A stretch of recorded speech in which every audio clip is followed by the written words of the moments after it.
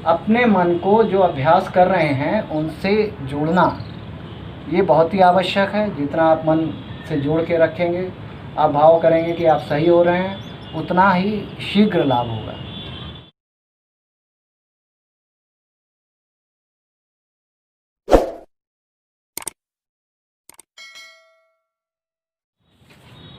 नमस्कार, मैं अखिल रस्तोगी आज आपके लिए योग के कुछ ऐसे अभ्यास लेकर आया हूँ जो बहुत ही सरल हैं। जिसको हाई बीपी है, हार्ट डिजीज़ है, वो भी ये अभ्यास कर सकते हैं। जो ज़मीन पर नहीं बैठ सकते वो बेड पे बैठकर ही ये अभ्यास कर सकते हैं। और जो बहुत समय नहीं देना चाहते उनके लिए भी ये अभ्यास बहुत अच्छा है। विशेष तौर पे ये वात रोगों में बहुत लाभकारी है। आर्थराइटिस, जोड़ों के दर्द, ऑस्टियोपोरोसिस, ऑस्टियोपीनिया, इसमें ये अभ्यास बहुत ही लाभकारी है। इसका नाम है पवन मुक्तासन भाग 1, मतलब भाग 1 का जो समूह है। जहाँ वात बढ़ा होता है वहीं दर्द बढ़ जाता है। और पवन मुक्त आसन, जैसा कि नाम से पता चल रहा है, पवन यानी कि वायु, वात एक ही बात है। वात मुक्त होगा यानी पवन मुक्त होगी तो दर्द में कमी आएगी, यानी दर्द में आराम मिलेगा। तो पवन मुक्त आसन 1 का अभ्यास।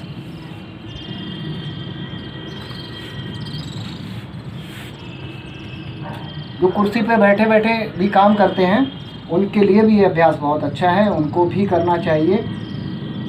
इस अभ्यास में ज़्यादा से ज़्यादा 10 से 15 मिनट का समय लगेगा, इससे ज़्यादा नहीं। पहले प्रारंभिक स्थिति इस तरह से बैठ जाएं। अगर आप इस तरह से इस रीढ़ की हड्डी सीधी करके बैठे तो और अच्छा है, वरना आप ये स्थिति भी ले सकते हैं। पैरों की उंगलियों से ये अभ्यास शुरू करेंगे। इसका नाम है पाद उंगली नमन। पैरों की उंगलियां पीछे लाएं तो सांस लेना है, पैरों की उंगलियां आगे ले जाएं तो सांस छोड़नी है। मैं यहाँ पर सारे अभ्यास 5-5 बार करके दिखा रहा हूँ। आप 10 बार, 15 या 20 बार भी ये अभ्यास कर सकते हैं। जब पैरों की उंगलियां आगे और पीछे ले जाएंगे तो खिंचाव का अनुभव होगा, उससे महसूस करिए। अगर सिर्फ ऐसे ऐसे कर रहे हो, खिंचाव नहीं हो रहा है, तो इसका अर्थ है कि अभी अभ्यास पूरी तरह सही नहीं हो रहा है। तो सांस लेते हुए पैरों की उंगलियां पीछे, सांस छोड़ते हुए आगे।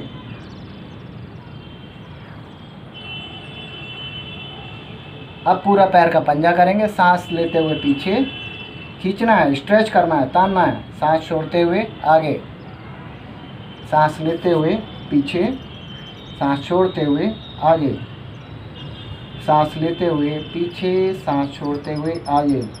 जिसमें भी थोड़ी क्षमता है कि वो ये सब कर सकता है तो उसे ज़रूर करना चाहिए। ठीक है, सांस लेते हुए पीछे, सांस छोड़ते हुए आगे।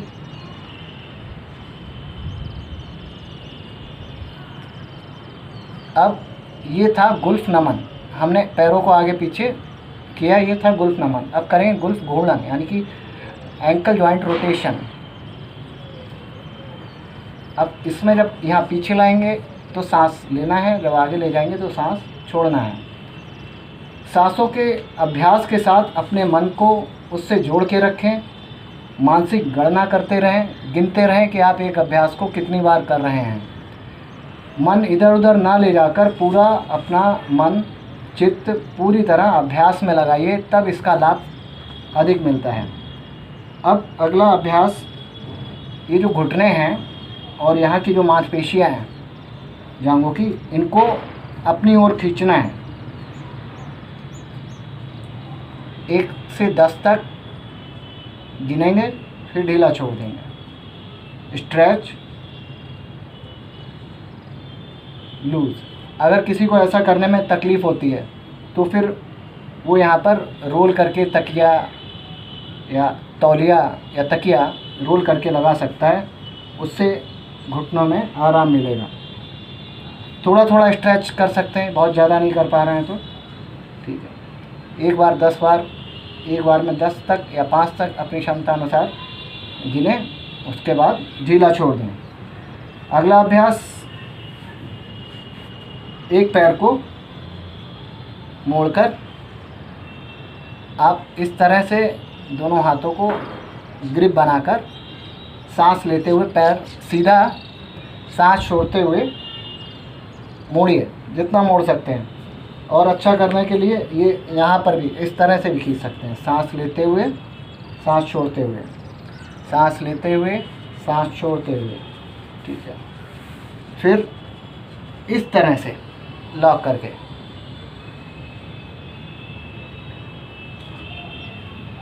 पहले ऊपर नीचे, अगर ऐसे मुश्किल हो रहा है तो आप ऐसे भी कर सकते हैं।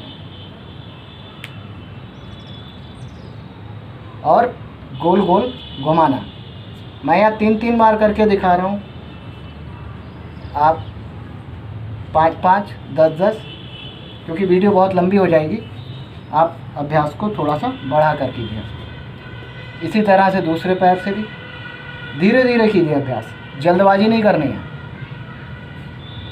इनको आर्थराइटिस की समस्या है, बहुत ही आराम से करना है। इन अभ्यासों को करते करते बीच में थकान होती है तो थोड़ा सा आराम कर लें, 1-2 मिनट। उसके बाद फिर से शुरू कर दें इसी क्रम को। हाई बीपी वाले बीच बीच में आराम कर सकते हैं।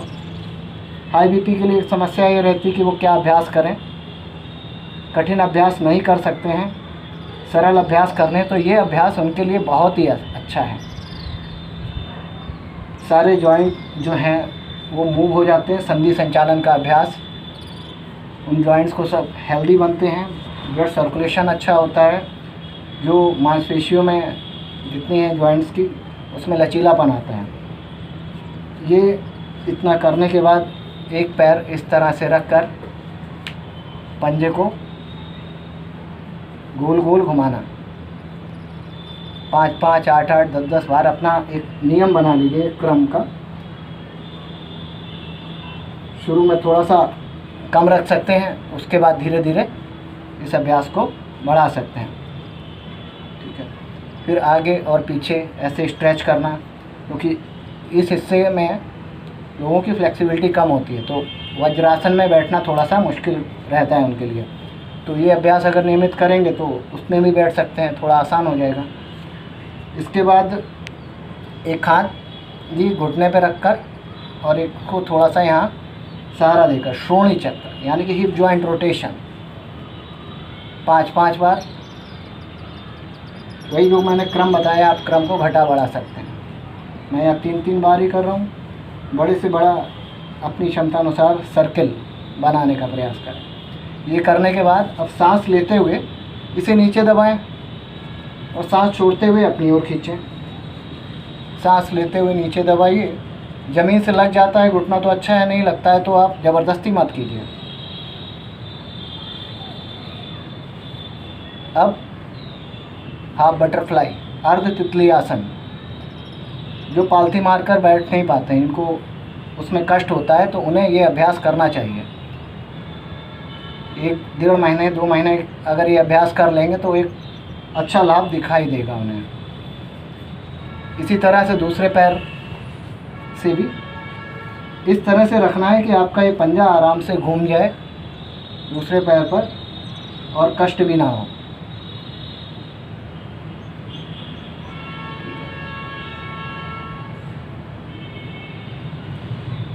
जो आर्थराइटिस, ऑस्टियोपोरोसिस के हैं, वो बहुत ज़्यादा खींचातानी वाला अभ्यास ना करें। जैसे यहाँ पर पैर को खींचना पड़ रहा है तो वो बहुत ज़्यादा ना खींचें, थोड़ा थोड़ा ही करें। और इस पैरों को घुमाना है तो बहुत ही धीरे धीरे आराम से घुमाएं।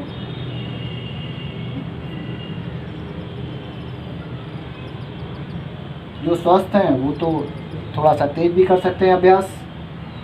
इसके बाद वही इस तरह से पकड़कर एक हाथ घुटने पर रखकर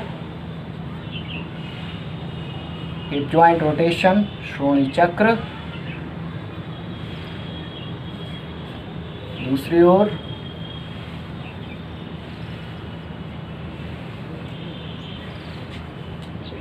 फिर सांस लेते हुए, ये पंजा यहीं रखा हुआ है, सांस लेते हुए नीचे प्रेस, सांस छोड़ते हुए अपनी ओर। सांस लेते हुए नीचे प्रेस करें, दबाएं, सांस छोड़ते हुए अपनी ओर।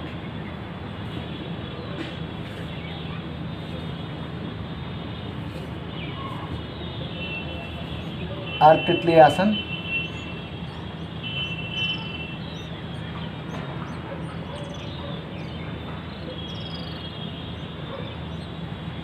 इसके बाद जो कर सकते हैं तो पूर्ण तितली आसन भी करें।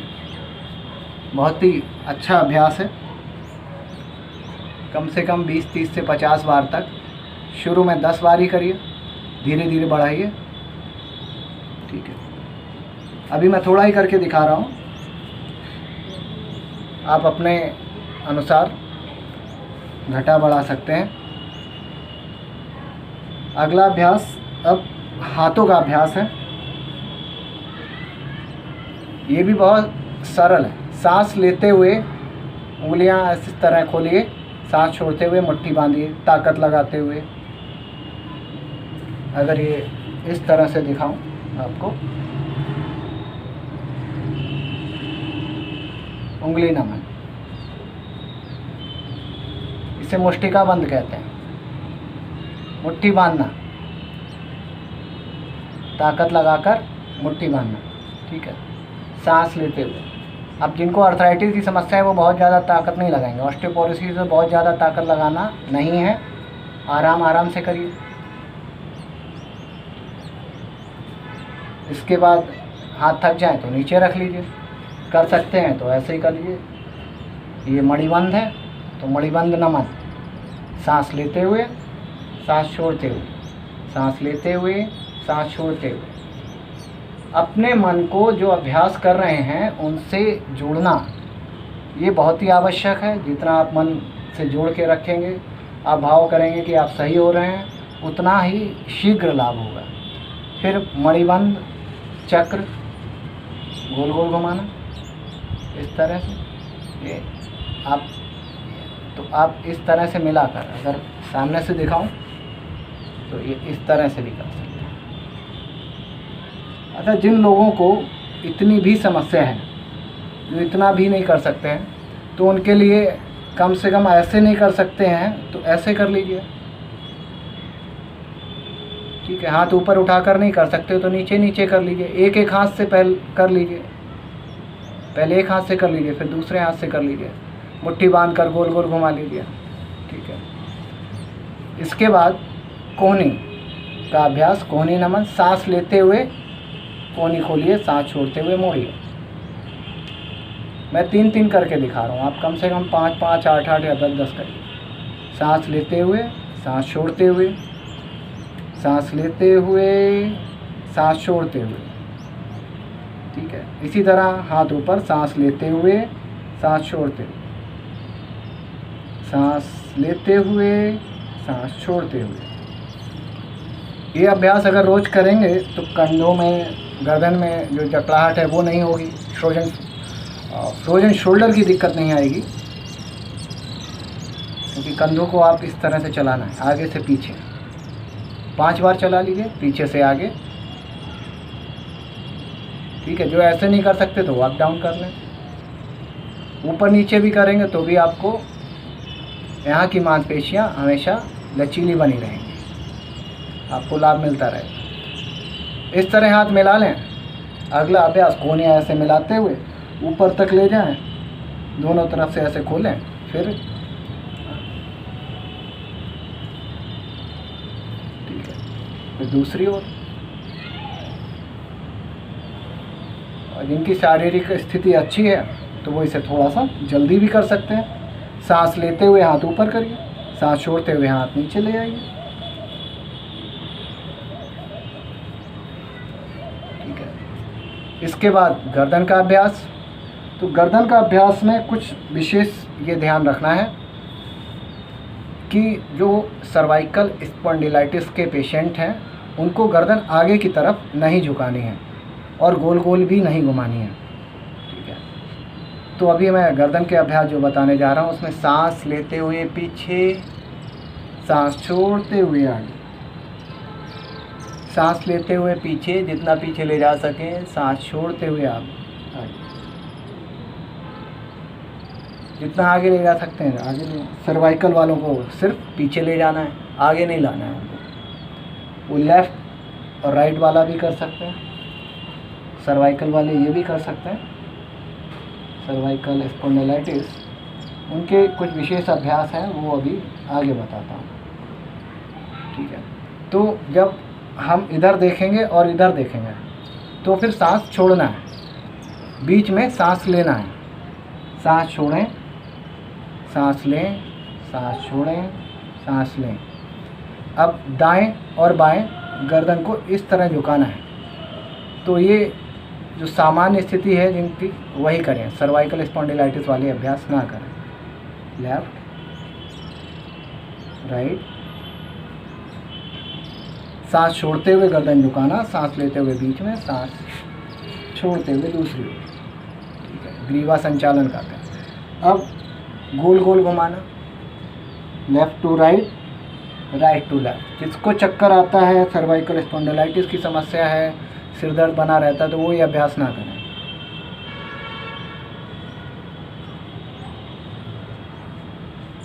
इस तरफ से एक तरफ से भी घुमा सकते हैं 2-3 बार एक साथ, दूसरी ओर भी, लेकिन अगर चक्कर आता है तो फिर एक एक करके ही करें या फिर ना करें। इसके बाद हाथों को इस तरह से लॉक करके, ये सर्वाइकल के लिए बेहतर अच्छा अभ्यास है। सिर को पीछे धक्का दें, हाथों को आगे रहेगी, दोनों अपनी जगह पर ही रहेंगे। स्थिति, सिर को पीछे धक्का, हाथों को आगे, 10 तक गिनें, फिर ढीला छोड़ दें। फिर इसी तरह आगे करें। अपोजिट प्रेशर, हाथों को सिर की तरफ, सिर को हाथ की तरफ धक्का देना, 10 तक गिनना मन में, फिर छोड़ देना। इसी तरह लेफ़्ट साइड में भी 10 तक गिन के अपोजिट प्रेशर देने के बाद छोड़ दें। सिर को हाथ की तरफ, हाथ को सिर की तरफ। ये तो ये मैंने एक बार करके दिखा दिया है। जिनको सर्वाइकल की समस्या है वो दिन में 3-4 बार भी अभ्यास कर सकते हैं। अच्छा, योग के जितने भी अभ्यास होते हैं ये जान लीजिए वो खाली पेट ही करना है, या फिर आप भोजन के 4-5 घंटे बाद, अगर शाम को आप करते हैं तो 4-5 घंटे बाद ही करें, क्योंकि खाना खाकर कोई भी अभ्यास नहीं किया जाता है, सिर्फ वज्रासन में बैठ सकते हैं। तो ये इतने अभ्यास हैं। इतने अभ्यासों को अगर आप नियमित करेंगे तो अच्छा रहेगा। जोड़ों के दर्द में लाभ मिलेगा, आर्थराइटिस में, ऑस्टियोपोरोसिस में, जो हाई बीपी की समस्या है जिन्हें, उनके लिए भी लाभकारी। हाई बीपी वाले हृदय रोगी हैं जो, वो विशेष रूप से ध्यान रखें कि इन अभ्यासों को धीरे धीरे करते रहें और बीच में थोड़ा थोड़ा रेस्ट लेते रहें और फिर आराम कर दें। इन सब अभ्यासों को करने के बाद शवासन करना है, यानी कि आपको लेट जाना है। लेटने के बाद हाथों को कमर के अगल बगल, मैं एक बार करके दिखा देता हूँ। इस अवस्था में आंखें बंद करके पूरा शरीर ढीला छोड़ देंगे। 2 से 3 बार लंबी गहरी सांस लेना और शरीर पूरी तरह ढीला छोड़ दें। सिर्फ सांसों पे ध्यान करें।